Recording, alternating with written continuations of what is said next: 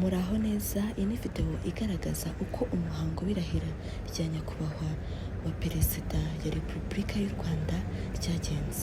Watch out urebe uko ibirori byagenze.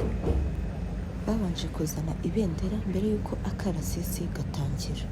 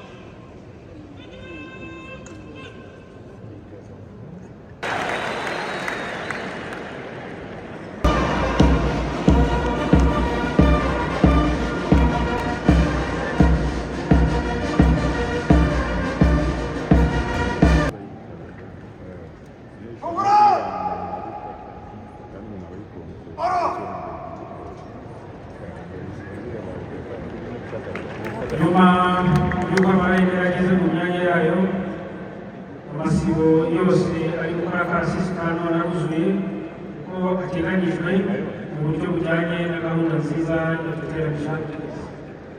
Umuyobozi w'akarasisi n'akarasisi muri rusange yiteguye kwakira abakuru b'ibihugu n'abandi banyacyubahiro no gukora akarasisi. Munyemerere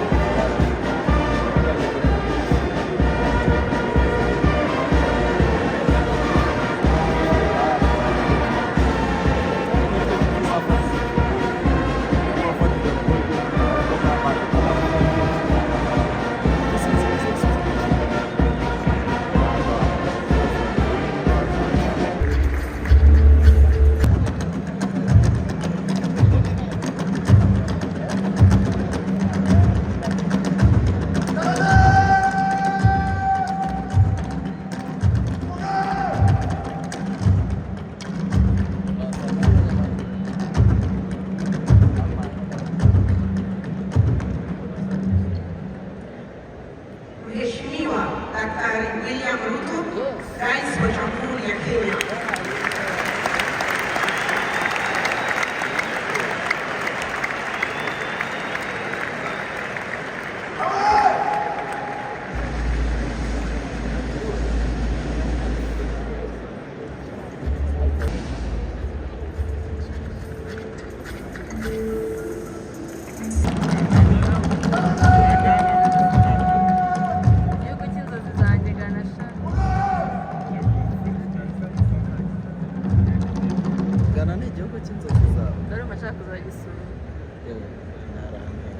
His Excellency Nana Addo Dankwa Akufo-Addo, President of the Republic of Ghana. Welcome to the ceremony.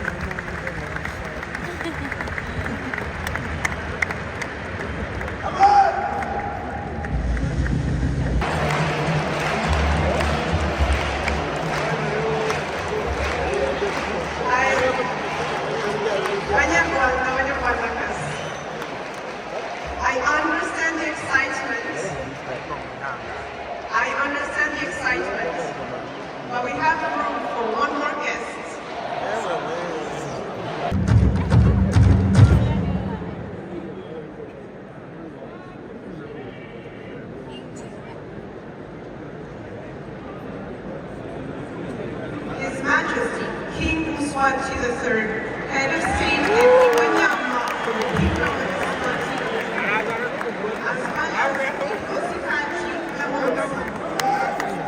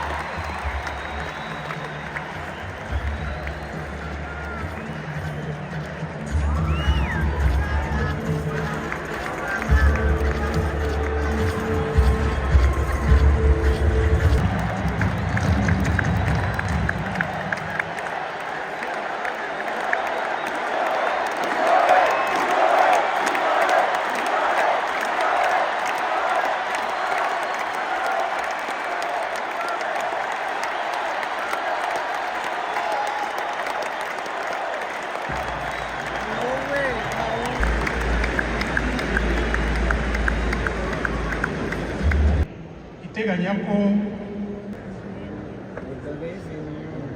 yewe w'igihugu uzashimangira ubumwe bw'abanyarwanda ko ntazigera nkoresha ububasha mpawe mu nyungu zanjye bwite, ko nzaharanira byagirira abanyarwanda bose akamaro.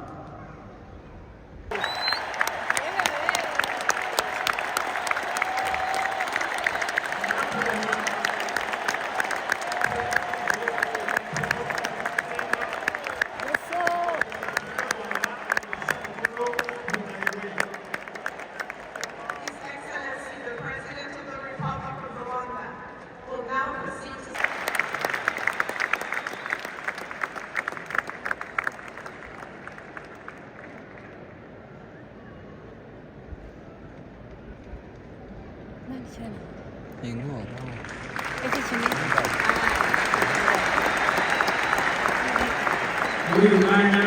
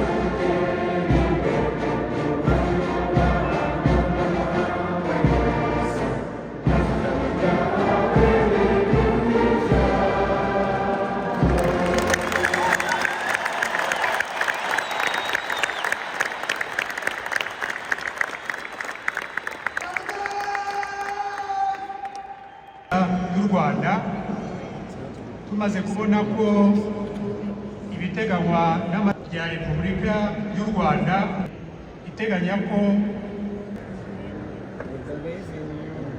yewe ndahiriye u Rwanda ku mugaragaro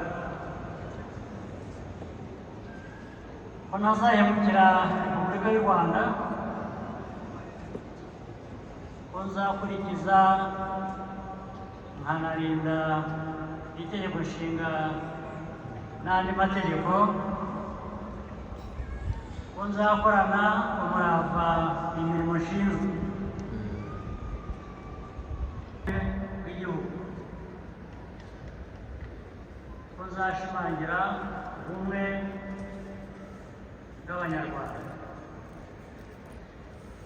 ko ntazigera nkoresha ububasha mpawe mu nyungu zanjye bwite, ko nzaharanira ibyagirira Abanyarwanda bose akamaro. Imana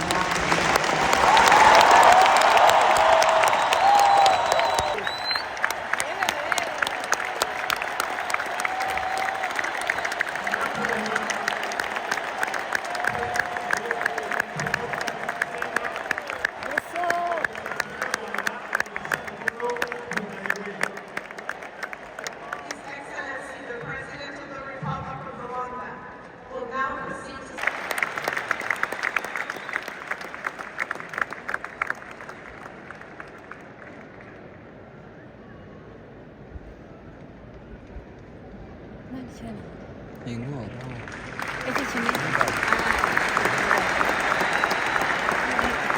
muri uyu mwanya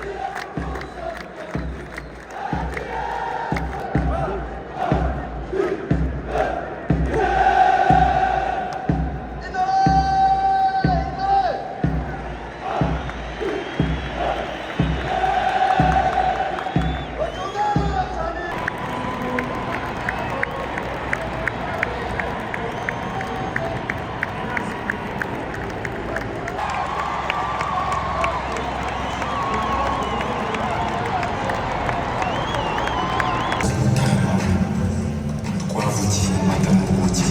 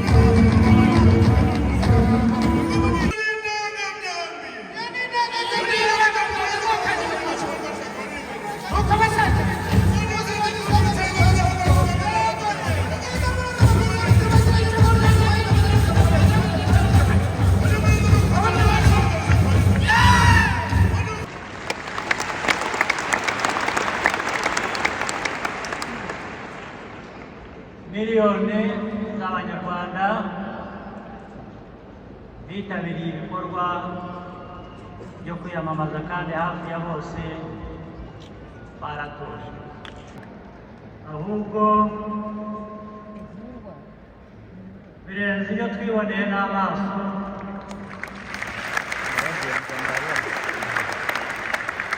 N'ibyo twagezeho muri icyo gihe. Ukuri kurivugira.